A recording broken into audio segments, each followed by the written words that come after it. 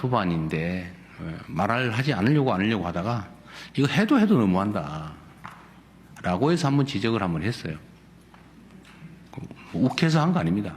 이건 얘기해야 되겠다. 그래서 지적을 한번 했어요. 그런데 그 후에 우리 국민을 상대로 한 또 인권 침해 행위가 있었지 않습니까? 그리고 국제규범에 관한 문제도 사실은 있었죠. 공해상에서 납포한 거 아니에요? 아니 무슨 자기 통제선을 만들었다는 것도 쉽게 동의하기 어렵긴 한데 그로부터 200 몇십 킬로미터 떨어진 공해상, 항행의 자유가 보장되는 공해상에서 사실상 납치한 것 아니냐, 우리 국민을.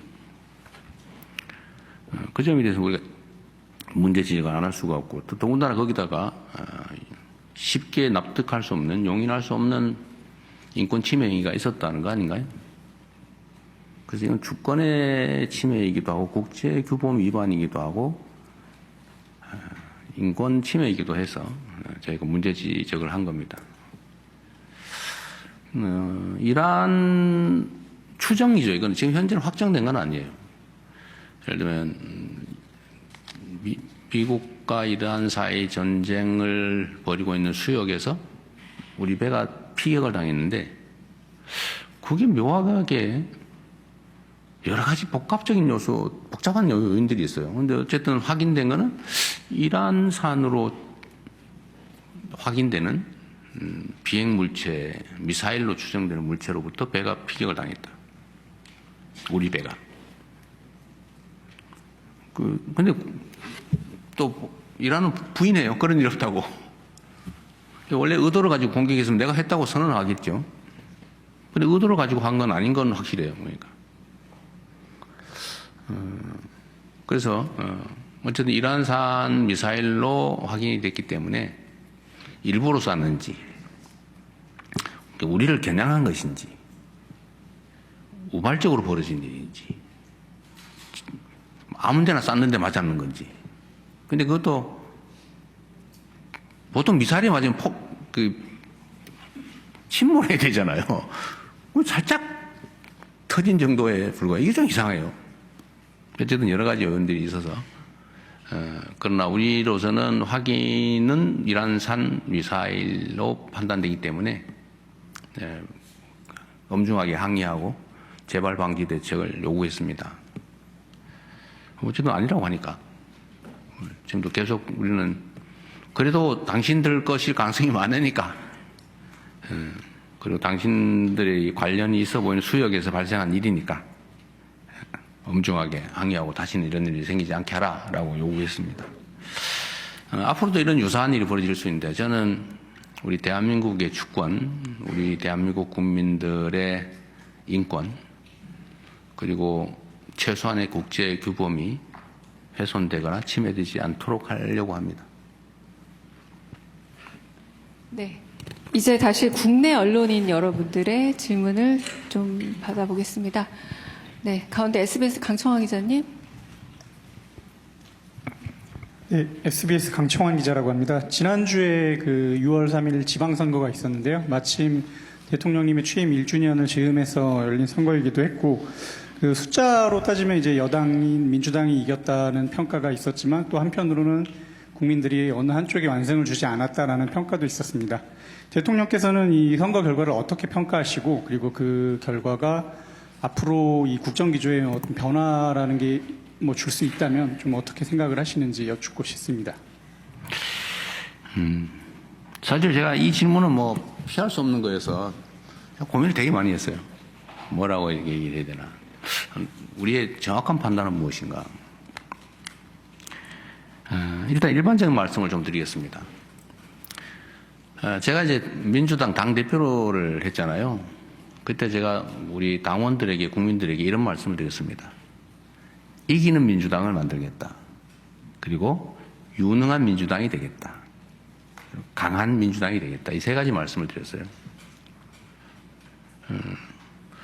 그리고 이게 이제 정치는 그 국가 공동체를 어떻게 이끌어갈 것인지, 또 국가 공동체가 가지고 있는 자원을 어떻게 배분할 것인지에 관한 권력, 힘을 갖는 거잖아요. 그 힘을 갖기 위해서 싸우는 거죠. 경쟁하는 거예요. 그런데 이 힘을 갖기 위해서, 즉 뺏기 위해서 도전하는 야당이라고 하는 당이 있고, 똑같은 당인데 그런 입장이 있고, 근데 그 권한을 가진 소위 집권당이라고 하는 입장이 있는데, 그거는 이기면 그 권한을 갖고 위치가 바뀌는 거죠. 당이란 뭘 해야 되는 건가? 저는 집권했을 때 당과 야당이었을 때 당이 당연히 달라야 된다고 봐요. 그러나 본질은 똑같아요. 끊임없이 국민을 설득하고 지지층을 넓히고 그리고 선거 국면에서는 우리 지지층들이 그 의사를 표명해서 당신들이 권한을 가져. 당신들이 이 살림을 맡아. 라고 하는 사람이 더 많게 만드는 거죠. 그거 똑같아요. 근데 구체적인 대응 양상은 집권했을 때와 야당일 때가 다르다고 저는 봅니다. 야당일 때는 막 공격하면 돼요. 그게 커요, 비중이. 끊임없이 우리가 이 집권을 했을 때는 우리가 이런 모양으로 이렇게 하겠다라는 걸 비전을 제시하죠. 끊임없이. 그리고 행동 속에서 그게 아, 저 진짜네 라고 보여줘야 됩니다. 그러나 비중에 있어서는 이미 집권하고 있는 쪽을 공격을 해야죠. 예를 들면 큰 들판에 성 같은 거죠, 성. 그 성을 누가 차지할 거냐.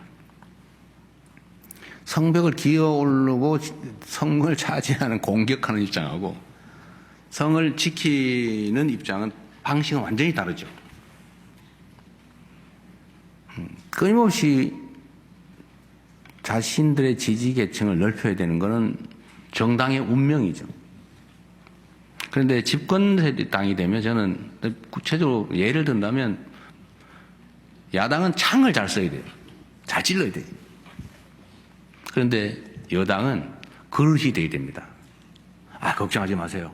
우리가 잘할게요. 지금 이렇게 했지만 앞으로 더 잘할게요. 아, 좀 들어보세요. 성 안으로 들어오세요. 그래서 성 안으로 들어오는 사람들이 전에는 막 욕하던 사람일 수도 있고요. 우리하고 색깔이 다른 사람일 수도 있고 생각이 다른 사람일 수도 있어요. 그러나 그 사람들을 최대한 많이 모아서 통합이죠. 포용, 통합. 그런 역할을 잘해야 된다. 근데 집안에 들어오는 사람한테는 내가 원래 우리 색깔은 이거야. 너 배고파서 들어왔지? 너 얻어먹을 게 있어 온 거지? 너 언제든지 나가가지고 배신할 거지? 라고 모욕을 하면 그게 되겠습니까? 저는 그게 차이라고 봐요.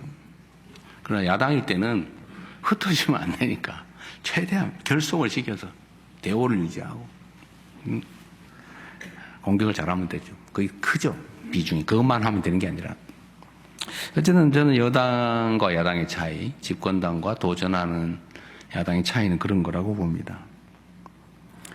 유능해야 되는 건 너무 당연하고요. 근데 강한 정당이 될 때 그 강함이 대체 뭘까? 제가 생각하는 강함이란 외유내강한 것이죠. 예를 들면 욕설 잘한다고 강한 당이 되지는 않아요. 뭐 그런 사람 가끔 있더라고요. 막 세게 얘기하면 되는 줄 알고 막 반말에 막 모욕적으로 막 거의 폭언인지 주장인지 알 수 없는. 강해 보이죠. 그러나 그럴 때마다 다 떨어져 나가죠. 소수만 남겠죠.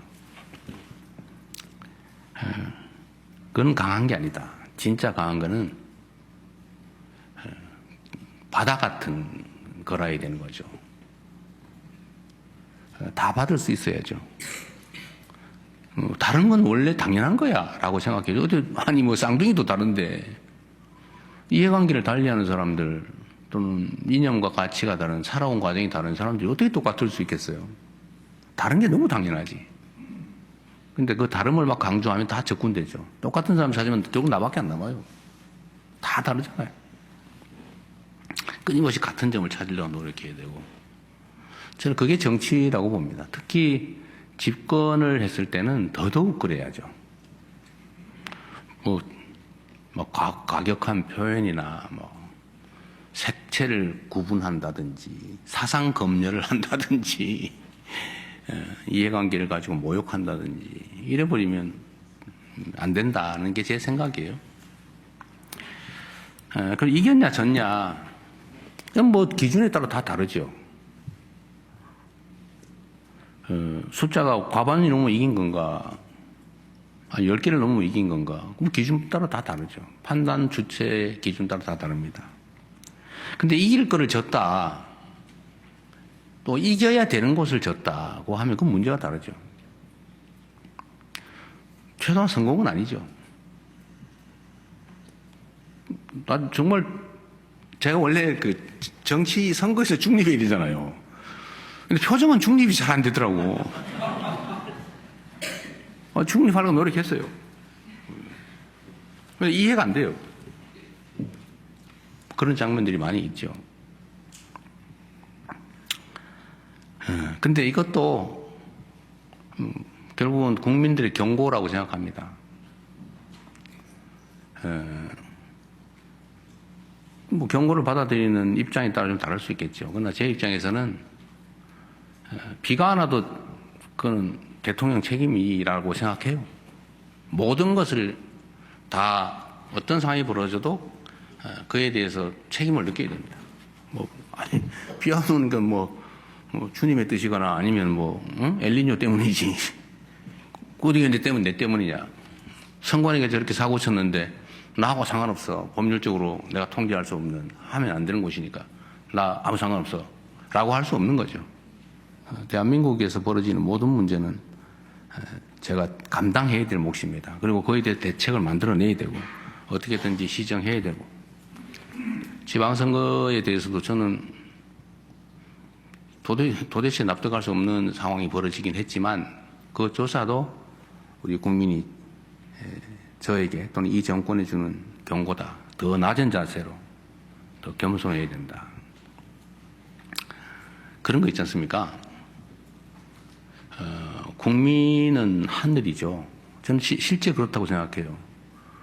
개별로 나눠놓으면 정말 무력하고 미미하지만 전체로 보면 결국은 대한민국은 이 위대한 집단 지성으로 끌어온 거 아니겠습니까? 50만에 이르는 저 엄청난 군사 무력을 동원한 그럼 현실 권력의 진입 쿠데타를 어쨌든 사람들이 그 눈빛과 마음으로 이겨낸 거예요. 위대하지 않습니까? 그리고 이 대한민국이 온갖 어려움에 처하고 소위 권력 힘을 가진 사람들이 난장판을 쳐도 결국 그 속에서 최선을 다하고 가족들하고 정말 오손도손 잘 살아보기 위해서 죽을 힘을 다한 우리 국민들 덕에 이 나라가 여기까지 오지 않았습니까? 저는 어떤 권력자 몇몇 사람이 잘해서 이렇게 됐다고 생각하지 않아요. 그게 큰 영향을 미치겠지만 결국은 우리 국민들의 정말로 뛰어난 역량, 자질, 그다음에 공동체를 향한 헌신 이런 것들이 모여서 이 위대한 나라를 만들었다고 생각해요. 많이 부족하죠. 고사를 지내잖아요, 우리가. 제사를 지내면은 정말 온 마음을 다해야 됩니다. 그게 기우제든지 뭐든 상관없이 온 마음을 다해야지. 야, 이거 끝나면 제사 끝나면 내가 이거를 가지고 내가 어떻게 먹으면서 즐겁게 놀아보고 이렇게 하면 되겠어요. 정말 죽을 힘을 다해도 될까 말까 하는 거죠. 선거는 저 하늘에 제사 지내는 거 같다고 생각해요. 우리 박지원 대표가 가끔씩 하는 얘기 있는데 골프와 선거는 고개 들면 진다.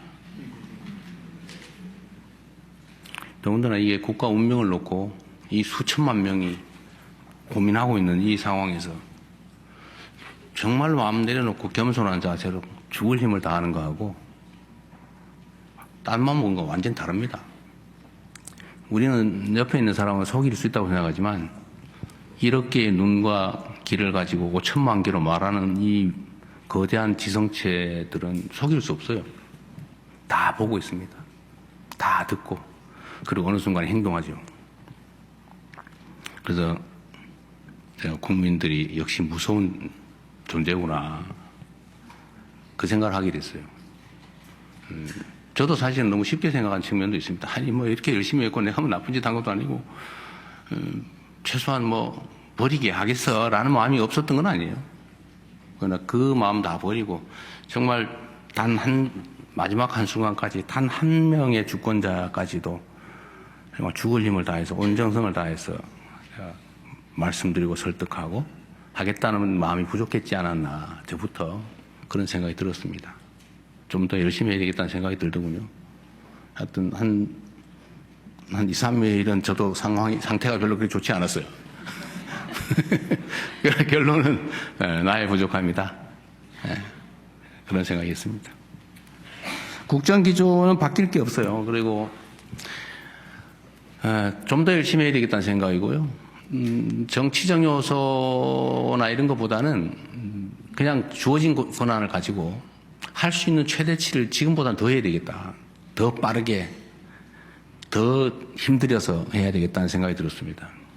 우리 한성숙 총리 후보로 선택하는 과정도 꽤 고민이 적지는 않았는데 결론은 일할 사람으로, 그냥 일만 할 사람으로. 정치적 요소는 당이 잘 해결해 주겠죠. 오히려 그 내각은 정말 주어진 환경 속에서 있는 힘을 다해서 전력 질주할 수 있도록 제가 하려고 합니다. 그렇게 하기에는 한성숙 중기부 장관이 적격이라는 판단이 들었어요. 정말 열심히 하시고 잘하세요. 그 공무원들이 좀 괴롭다고 하더라고요. 공무원들이 괴로워한대. 너무 많이 시켜가지고. 그 괴로움을 다른 공무원들도 좀 느끼게 해주고 싶습니다. 네, 감사합니다. 네, 또 다음 질문하실 분 내시인에게 기회 드리겠습니다. 네, 저쪽 끝에 앉아 계신 폴리뉴스 김민주 기자님. 네. 대통령님 안녕하세요. 폴리뉴스 김민주입니다. 대통령님 이번 서울시장 선거에서 2030 남성뿐 아니라 2030 여성 유권자 층에서도 여당 지지세가 약화됐다는 분석이 나오고 있습니다. 청년층 일각에서는 민주당이 자신들의 실제 삶의 문제보다 도덕적 우월감이나 진영 담론에 더 집중해 있고 청년을 정치적 상징으로만 소비해왔다는 비판도 제기되고 있는데요. 대통령께서는 청년층 민심 이반의 원인이 무엇이라고 보시고 또 무엇을 가장 먼저 바꿔야 한다고 생각하시는지 말씀 부탁드립니다. 아까도 말씀드렸는데 지고 나면 진 이유가 망가지고 이기면 이긴 이유가 망가지고요. 한 표 차이로 이기면 모든 사람이 내 뜻대로 이기겠다고 하고 한 표 차이로 지면 다 내 때문에 졌다고 생각합니다. 선거는 그런 거죠. 이게 어느 한쪽으로 일의적인 규정을 하긴 좀 어려워요. 단정하기는 어렵다. 서울시 선거도 보면 구청장 합계득표하고 시장 합계득표가 차이가 많다고 하더군요. 또 시의원 합계득표를 더하면 훨씬 더 차이가 나고 그거를 아마 연령대로 분석하면 전혀 다른 결과가 나올 가능성이 많습니다. 그래서 이거를 딱 뭐라고 단정하기는 좀 어려울 것 같아요. 아까도 말씀드렸지만 결국 내 잘못이다. 그분들이 구청장 또는 시의원은 민주당 찍으면서 시장은 굳이 딴 데를 찍는 이런 선택 뭐 무섭지 않습니까? 옛날에 줄투표 있잖아요. 줄투표 1번 쫙 2번 쫙. 요새는 안 그렇다는 거예요. 다 고른다는 거예요.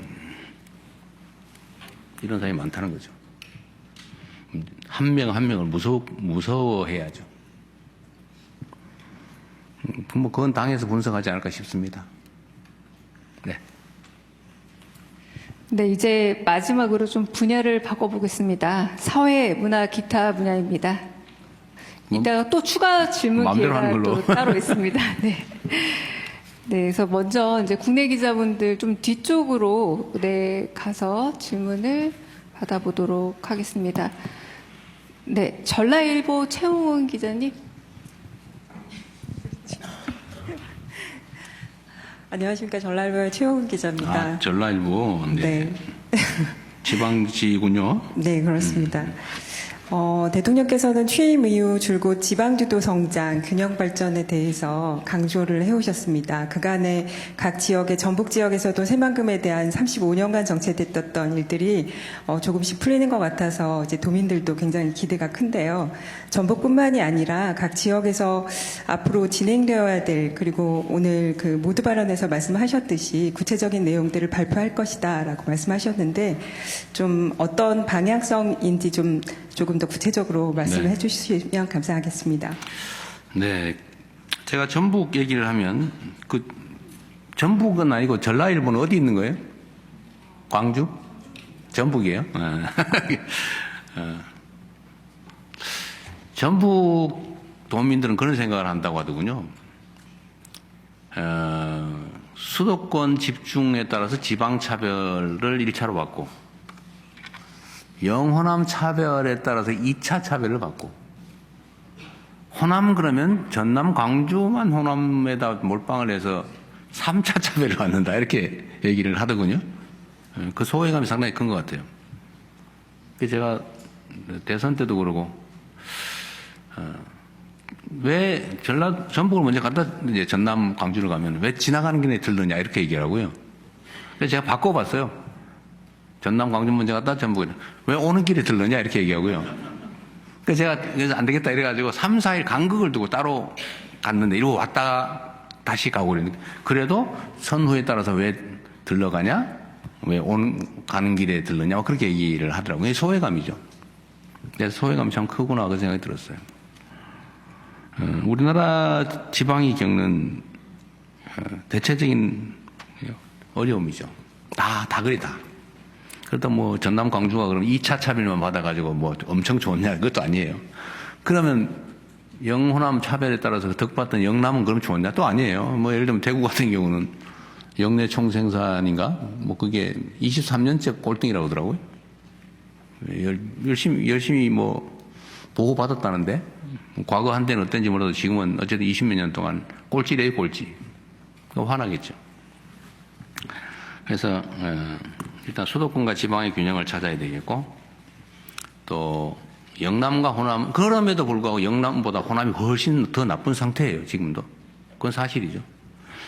영남이 나쁘니까 호남은 뭐 어떠냐 더 나빠요. 그래서 이걸 하나씩 단계적으로 해결해야겠다. 지방에 대한 투자를 좀 늘려야 되겠다. 그건 기본적으로 할 거고. 영호남 문제가 있어서 이제 호남에 좀 더 균형을 좀 더 맞춰야 되겠다. 그렇다고 뭐 영남을 버리겠다는 건 아니에요.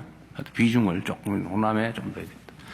호남 중에서도 전남, 광주와 전북은 그럼 어떻게 되냐? 더구나 이제 전남, 광주는 통합을 했고 거기는 특별 우대를 하기로 법에 돼 있잖아요. 예. 근데 마침 어쨌든 저희가 새만금의 기업 유치나 이건 정말 나름의 신경을 에너지를 많이 쏟아서 어쨌든 로봇 회사 현대자동차가 대규모 투자를 하기로 했고 새만금도 좀 정리를 할 생각이고 특히 전주를 금융 중심 도시 라는 그거 옛날에 말했는데 거의 안 했잖아요. 어쨌든 거기도 새로 아마 기업들이나 금융기관이 많이 들어가고 있어요. 어쨌든 작지만 어쨌든 이런 집중적인 관심과 지원을 통해서 균형을 좀 맞춰가려고 합니다. 근데 그 첫 번째 어쨌든 성과라면 전북의 현대자동차 투자라고 할 수 있겠어요. 그다음에 전주의 금융 중심 도시로 어쨌든 내용이 조금씩 채워져 가는 거 그런 것들은 좀 할 테고 어쨌든 전체로 지방 균형 발전을 위한 지방 우선 정책은 계속될 겁니다. 좀 기다려 보시면 의외의 성과들이 꽤 날 거예요. 지금도 얘기되고 있는 것들이 좀 있어서 가시적인 것들이 좀 드러나게 될 겁니다.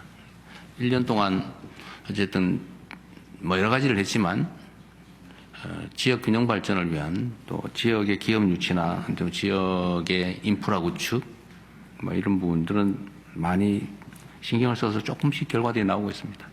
네. 네. 다음 질문하실 분 또 손 들어 주십시오. 네. 이제 끝으로 가니까 제가 좀 고민이 길어지는데요. 그냥 아무나 하세요. 한참 더 해야 되니까. 네. 한참 더 하면 국민일보 최승욱 기자님 혹시 네. 안녕하십니까. 국민일보 최승욱 기자입니다. 지난 1년간 고생 많으셨습니다. 사회 분야 질문을 할 때 빼놓기가 어려운 부분이 사실은 선거 이후로 미루기로 했던 그 조작기소 특검 관련된 부분을 얘기하지 않을 수가 없는데요. 네. 기본적으로 당에서 결정할 문제라고는 하셨는데, 사실 많은 분들이 관심을 가지는 그 공소 취소 부분에 대해서 대통령님께서는 어떤 생각을 가지시는지 좀 여쭤보고 싶었습니다. 결론을 얘기하면 법과 상식대로 하면 되죠. 잘못된 게 있으면 바로 잡으면 되는 것이고, 잘못된 게 없으면 그냥 놔두면 되는 거죠. 은폐된 게 있다면 드러내야죠. 법과 상식대로. 잘못됐으면 취소하고 잘못 안 됐으면 놔두는 거죠. 그런 게 과연 그러면 그 중에 어떤 거냐? 최소한 진상 규명을 해야 되겠죠. 방법은 이런 게 있어요. 어쨌든 뭔가 문제가 있어 보이긴 하잖아요. 저는 주관적으로는 다 내 판단.